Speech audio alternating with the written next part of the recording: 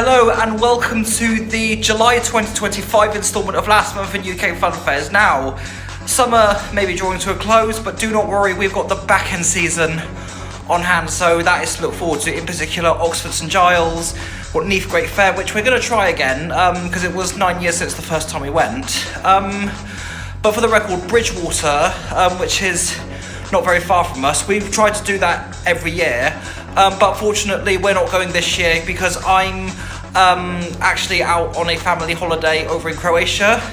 So if there is anything actually going on over there while I'm over during that holiday, maybe I could catch some Croatian fairs, who knows, or maybe some Croatian theme parks, so that'll be something to look forward to. Gutted to miss out on Bridgewater Fair this year, but we'll try our best to make it to Nottingham Goose Fair, given it comes close with a charity event that I have this weekend. We do actually have a bit of news on events, actually, and it's sad to see, but let's take a look at the news regarding Nottingham Riverside Festival.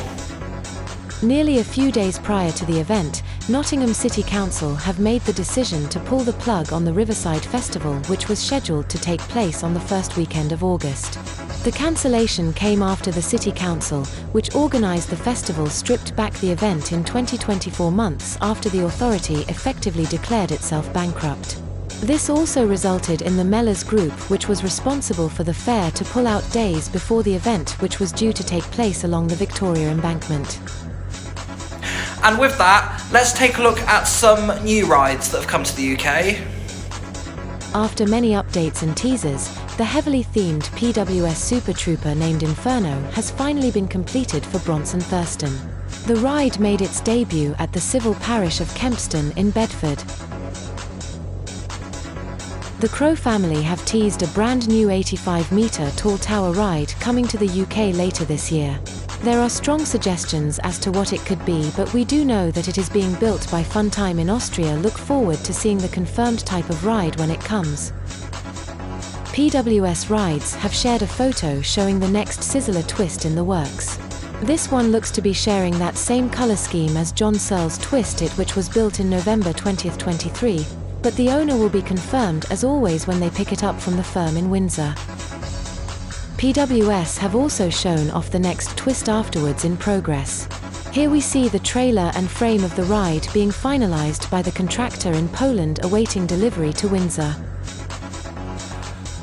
Sorry, so there was actually one bit that I forgot about that I wanted to include in this month's episode, and history has been made over in the USA, because we wanted to give it a special mention.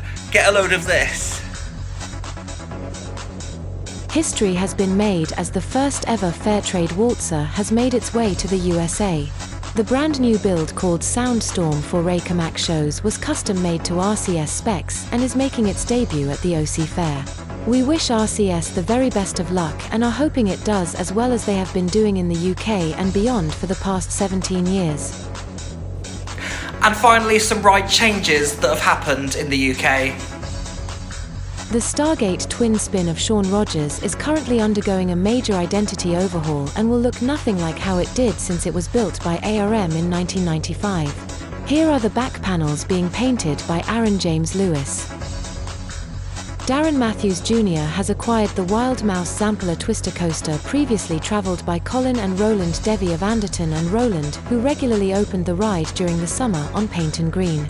The ride went under a major refurbishment where it was given a sparkling new colour scheme, and it went on to debut with Darren at the Festival of Summer event in Bristol. Edward Evans has sold his Sabima Matterhorn named Thriller Express to James Castle. The ride made its first appearance with the new owner at the Balloons and Tunes event, which took place at Broadlands Estate near Romsey in Hampshire. After so much work poured in by the Jennings family and everyone who chipped in to help get it open, their Tornado KMG Freakout finally opened. After being unable to open at its first ground at Swindon in February, the ride took its first public riders at Durrington in Wiltshire. And with all that, back to the studio. So that is it for nearly said August then, July. That is it for the July 2025 installment of Last Month in UK Funfairs. We're in August, so August report isn't going to come out till next month. Also, next month will be the 5-year anniversary of this web series. I'm kind of glad to have kept it going before it ends in January. But in terms of keeping it going, if there is anybody out there, actually, I know I've already mentioned this in the announcement that this was going to be ending, but if there is anybody out there that would like to do a similar web series to this, go ahead.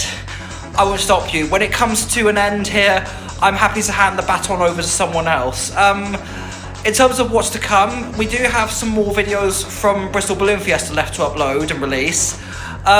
We're also planning on paying a quick visit. We're kind of going a little bit of a fallow month, given the absence of Green Talks and Steam Fair. The Torbay area in Devon, we're not going because of previous experiences and to speak the fact that the area has become a high-risk profile. But overall, we're going to try and also make it to... Actually, Trowbridge. There is Jennings Fair, so we might end up vlogging that one. Just depending on the overall turnout and just because it's something that I would feel a lot more comfortable doing. But enough blabbling. That's it for this month. This month's episode of Last Month UK Funfairs. I'm doing this entirely free scripted. I'm trying to get this out as quick as I can, just so I don't have to worry about it later. But as always, see you later.